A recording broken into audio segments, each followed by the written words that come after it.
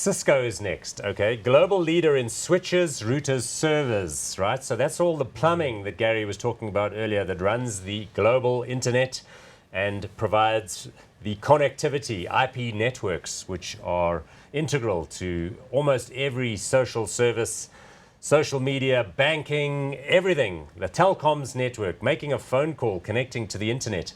Also a big franchise in security software. So this one is now positioning itself for that Internet of Things, as they call it. Market capitalization, $133.76 billion.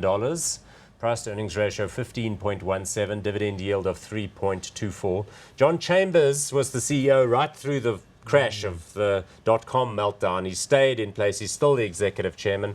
But after a long and arduous recovery, this one does look as though it's starting to get interesting again. Huh? No, definitely. I mean, you've seen some sales recovery from 2014, which was a very flat year. I mean, you obviously mentioned you've got Chuck Robbins now as the new CEO coming in, and he's making all the right sort of noises about where they're going to take the company. Again, it's going to be a move away from just providing routers and switches and all the the infrastructure and trying to make it more of a service-based thing. So I mean, they bought SourceFire recently, which is a security company. They're very big in that. Iron Mountain they bought before. Exactly. So they own some of the core software that you use and install on servers in order to secure the network. Exactly right. Yeah. So you like it? I mean, you basically think it's got the ability to drive revenue growth, because that was the concern, is that in prior reporting periods, they were always complaining that, Europe was a bit soft and people didn't upgrade and there's a bit of a CapEx freeze going on in corporates. But that goes away, right? What about competition? That was another thing. People were saying other people make the cheaper servers and they're just as good. Yeah, definitely. And I think that's where you saw a lot of pressure coming through in 2014, especially Huawei, obviously the Chinese manufacturer. And I mean, if you look at it, I mean, if you just apply an economic model like Plosys, which is basically you need to innovate. As an American company, you should be innovating and bringing out the new products and then allowing sort of that innovation to filter through to China. They will use their labor competitive advantage to, take the product forward. And that's why I think this company has to be dynamic. It has to try and change. And I think there is a little bit of a risk, but again, it's not priced for perfection in any way. It's not expensive. What they say and what they've been talking about for years now is this Internet of Things is going to be a quantum leap forward in terms of the number of points of connection onto the internet. So it's the old story about how your fridge is going to be online, how your kids are all online, you're now in Uber, you're like using your cell phone in all sorts of ways, multiple SIM cards on the GSP.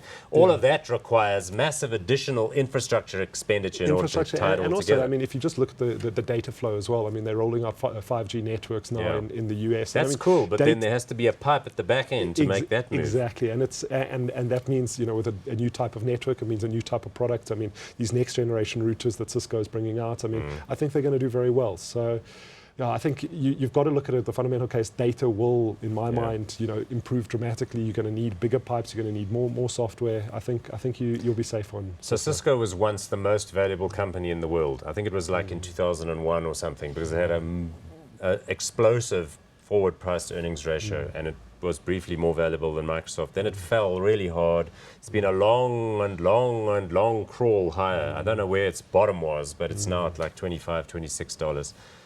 Is it going to go hot and hard upwards? I think. If you look at their free cash flow, what they're returning to shareholders, they're paying a very decent dividend in dollar terms. Which is new. They didn't always pay Which is dividend. new, and they've also got a huge share buyback program in place as well, which is going to improve the quality of the earnings, even if you don't get that revenue growth. So you should see that share price start to move higher. I would think.